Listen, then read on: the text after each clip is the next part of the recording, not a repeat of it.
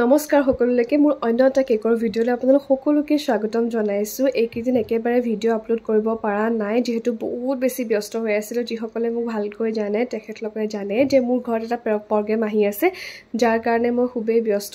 Cake কিন্তু বনাই আছোঁ, কিন্তু মই কণ্টিনিউৱাছলি আপলোড কৰিবহে পৰা নাই ভিডিঅ'বোৰ। ফটোজবোৰো দি আছোঁ, কিন্তু ভিডিঅ'বোৰ একেবাৰে এডিট কৰিবলৈ সময় পোৱা নাই।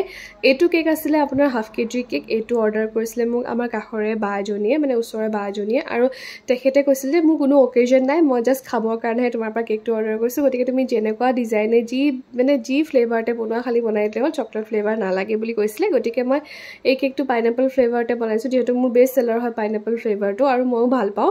গতিকে কেকটো যিহেতু কোনো কাষ্টমাইজেশ্যন নাছিলে, গতিকে মই নিজৰ ফালৰ পৰা কৰিলোঁ। আৰু ব্লু আৰু পিংক কালাৰ কম্বিনেশ্যনটো বিৰাটেই বেছি ধুনীয়া হয়। তোমালোকে যিসকলে নতুন বেকাৰ্ছ তেওঁলোকে পিংক আৰু ব্লু কালাৰ কম্বিনেশ্যনটো বনাব পাৰা কেকবিলাক। এইটো কিন্তু স্কাই ব্লু হয় দেই, এইটো নেভি ব্লু নহয়।